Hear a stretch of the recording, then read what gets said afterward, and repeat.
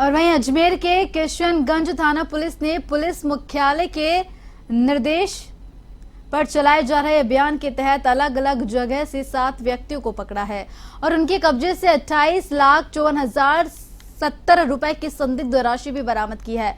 Police आरोपियों से पूछताछ कर रही है। ऐसे में राशि जब्त कर इनकम टैक्स विभाग अजमेर को सूचना दे दी गई है।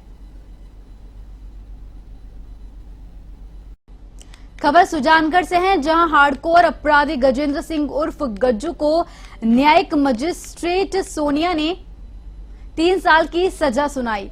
अभियोजन अधिकारी कुलदीप सिंह जोधा ने बताया कि 2020 से गजेंद्र सिंह पर जेएम कोर्ट में मामला विचाराधीन था। गजेंद्र सिंह हार्डकोर अपराधी है, जिसके विरुद्ध विभिन्न धाराओं में कई थानों में प्रकरण दर्ज है। उसी को लेकर न्यायिक मजिस्ट्रेट ने 3 साल की सजा सुनाई है। इससे पूर्व अभियुक्त के फिंगरप्रिंट लेकर कड़ी सुरक्षा के बीच न्यायालय में पेश किया गया।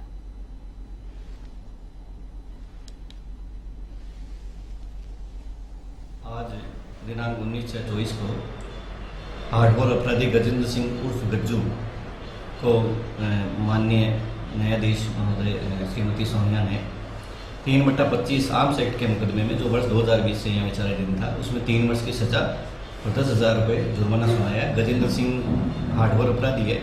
विभिन्न थानों में, विभिन्न धाराओं में अनेक मुकदमे उसके विरुद्ध दर्ज, जैसे हत्या, फिरौती, लूट आदि के मुकदमे दर्ज है।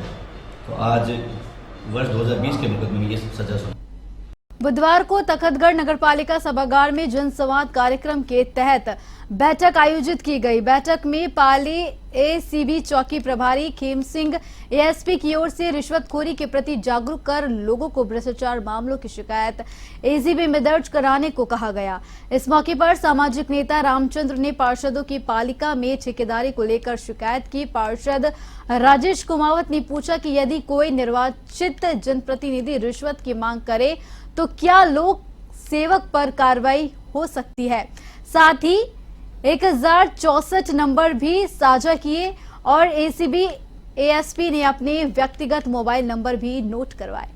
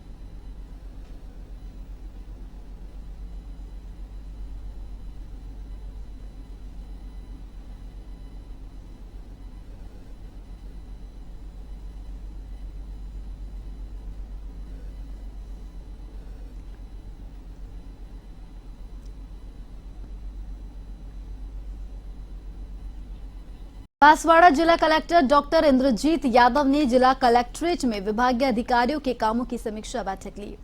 इस दौरान उन्होंने अधिकारियों को काम में किसी भी तरह की कोताही नहीं बरतने के निर्देश दिए हैं। उन्होंने सभी जिला स्तरीय अधिकारियों को संपर्क पोर्टल में ऑनलाइन दर्ज प्रकरणों का समय पर निस्तारण करने, रेवेन्यू संबंधी लंबित प्रकरणों को त्वरित निस्तारण, बिजली पानी संबंधी समस्याओं पर त्वरित समाधान करने के निर्देश दिए हैं। आंगनबाड़ी केंद्रों का औचक निरीक्षण करने के भी निर्देश दिए गए हैं।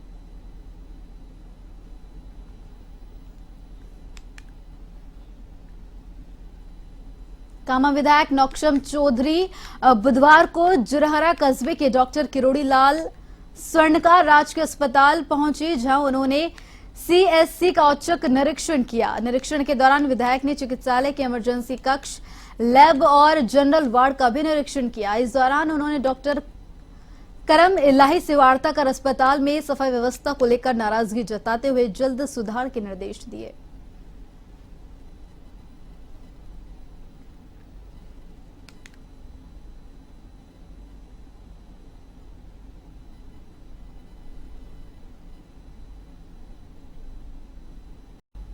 और वहीं शासन सचिवालय में आचार संहिता के बाद पहली बार कैबिनेट सब कमेटी की समीक्षा बैठक आयोजित की गई। समीक्षा बैठक में पिछली कांग्रेस सरकार के अंतिम 6 माह में किए गए कार्यों की समीक्षा की गई। समीक्षा बैठक की अध्यक्षता मंत्री गजेंद्र सिंह केवंसर ने की। बैठक में सामाजिक संस्थाओं को भू आवंटन सहित अन्य मसले शामिल रहे। बैठक में कानून मंत्री जोगाराम पटेल, खाद्य मंत्री सुमित गोदारा, अतिरिक्त मुख्य सचिव शुभ्रा सिंह और सचिव नवीन जैन सहित अन्य अधिकारी मौजूद रहे।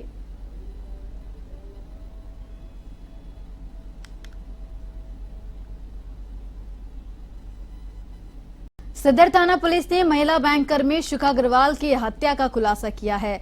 नीमका थाना जेएसपी अनुज डाल ने प्रेस वार्ता कर मामले की जानकारी दी। महिला बैंक कर्मी शिखा अग्रवाल का पति पंकज बत्रा गृह कलेश से परेशान था। वह शिखा को बार बार मिलने के लिए बुला रहा था। बीती 17 जून को उसने शिखा को नेहरू पार्क में मिलने के लिए बुलाया। पंकज ने शिखा की अपनी गाड़ी में जीर की चौकी ले जाकर गला घोंटकर हत्या कर दी और शव को सड़क किनारे पटक कर भाग गया। पुलिस ने आरोपी पति पंकज बत्रा को गिरफ्तार कर लिया है।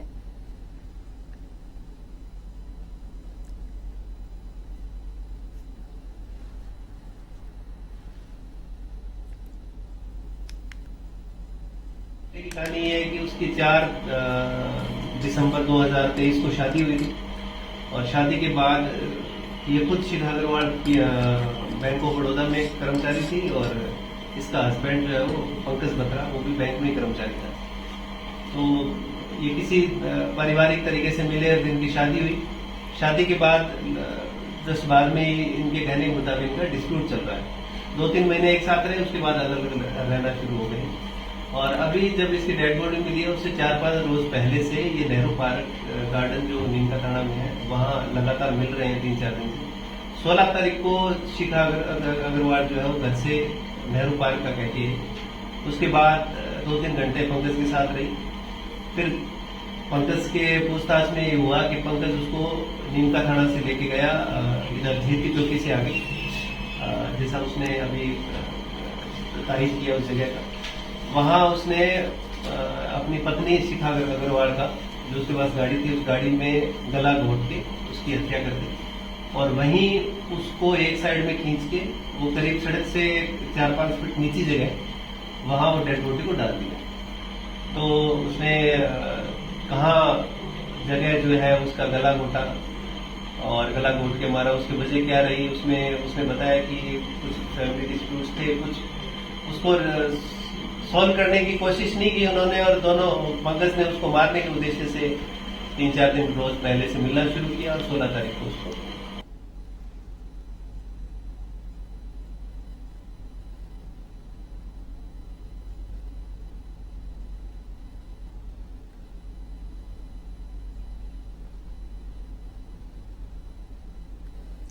बालोतरा के रिको औद्योगिक क्षेत्र के द्वितीय चरण में एक कपड़ा इकाई में अचानक आग लग गई। आग लगने की जानकारी मिलने पर आसपास की इकाइयों में भी अफरा तफरी मच गई। घटना की सूचना मिलने पर सीईटीपी की फायर ब्रिगेड मौके पर पहुंची। फायर ब्रिगेड ने 1 घंटे की कड़ी मशक्कत के बाद आग पर काबू पाया। बताया जा रहा है कि आग से लाखों रुपए का सामान जो है जलकर खाक हुआ है।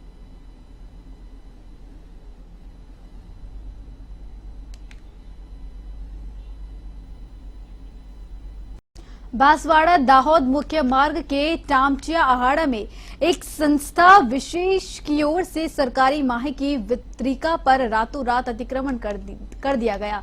सुबह पता चला तो मौके पर पहुंचे किसानों ने हंगामा कर दिया। वहीं मौके पर माही के अधिकारियों को बुलाकर हाथों हाथ नहर पर किए गए अतिक्रमण को हटवाया गया।